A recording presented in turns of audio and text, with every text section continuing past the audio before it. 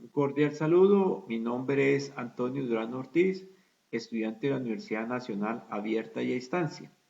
El presente video es para el cumplimiento al curso de Microbiología de Suelos, tarea 1, en el tema de explorar la diversidad microbiana y su ecología asociada a la agricultura. El video hace referencia a las respuestas del texto de Medigan y de Chin. La primera pregunta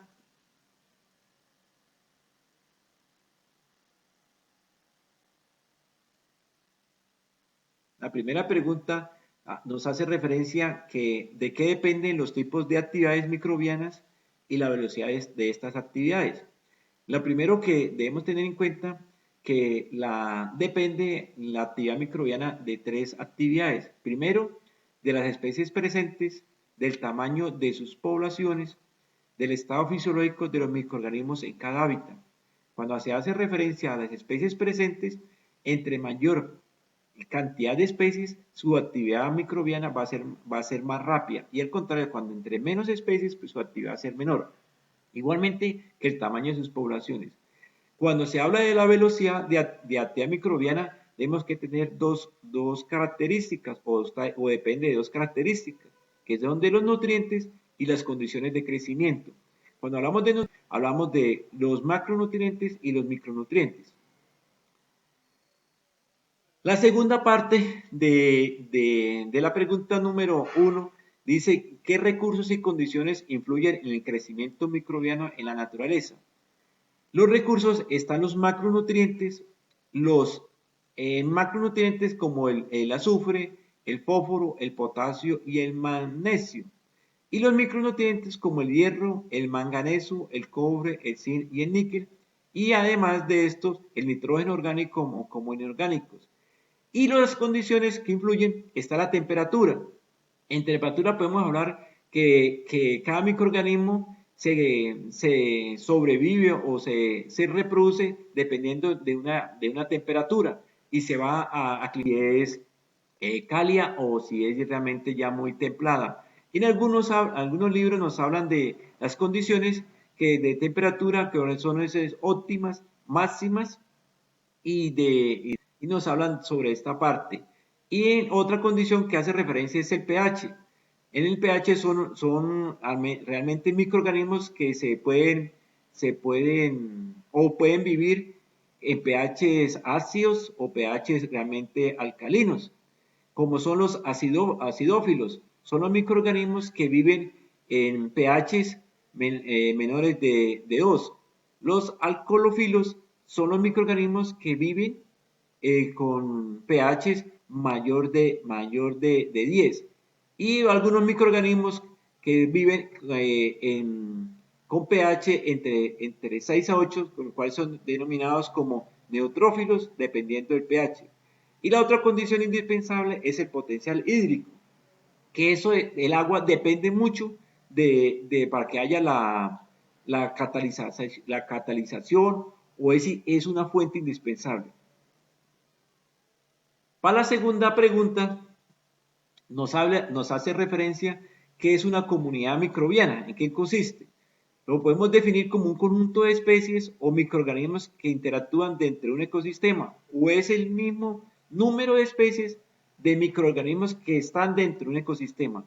¿Y dónde encontramos una comunidad microbiana? La podemos encontrar tanto en el agua, en el suelo, en el aire, en microorganismos relacionados con plantas y animales.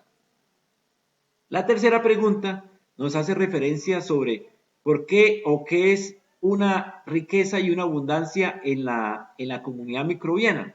Cuando hacemos referencia que es una riqueza de especies, son las especies que se encuentran presentes en un ecosistema. Y la abundancia de especies se refiere a la cantidad de especies de la comunidad. ¿Y qué relación tiene estas riquezas y esta abundancia en los hábitats microbianos en el suelo? Cuando encontramos un suelo es buena, o llamémosla, es alta, y la abundancia de especies es moderada. Pero cuando encontramos un suelo extremo o un ambiente extremo, la riqueza de especies es muy baja y la abundancia de especies es al contrario, es alta. Esto porque en algunas condiciones como pHs o temperaturas, algunas especies sobreviven y por eso la abundancia de esta especie van a ser más altas que la riqueza de especies. La cuarta pregunta nos habla al ecosistema. Entendemos como que la energía penetra al ecosistema mediante tres aspectos: a través del sol, de la luz solar, de carbono orgánico y sustancias inorgánicas reducidas. Estos fotones sintetizan a la luz solar en forma de ATP en nuevas materias orgánicas, las cuales contienen nitrógeno, azufre, fósforo y hierro. Y a través de estos organismos denominados quimioorganótrofos, en las cuales eh, transforman estas materias orgánicas en carbono y en energía a través de unas actividades catabólicas y oxidan este dióxido de carbono a través de un proceso de respiración y fermentación. La parte B de la pregunta número 4 nos habla de por qué los microorganismos del suelo juegan un papel fundamental. A través de esto podemos definir que los microorganismos juegan un papel muy importante como controladores de plagas y enfermedades, en las cuales actúan como un control biológico entre más cantidad o mayor cantidad de microorganismos y de especies y abundancia de estas mismas especies va a servir como un control biológico. Haber mayor cantidad de microorganismos aumenta el desarrollo radicular de las plantas. Mejora también la microflora del suelo. Mejora las propiedades físicas del suelo como la textura y la estructura del suelo, y a través de estos microorganismos hay un suministro directo de nutrientes del suelo hacia las plantas. Y también hay una rehabilitación del suelo.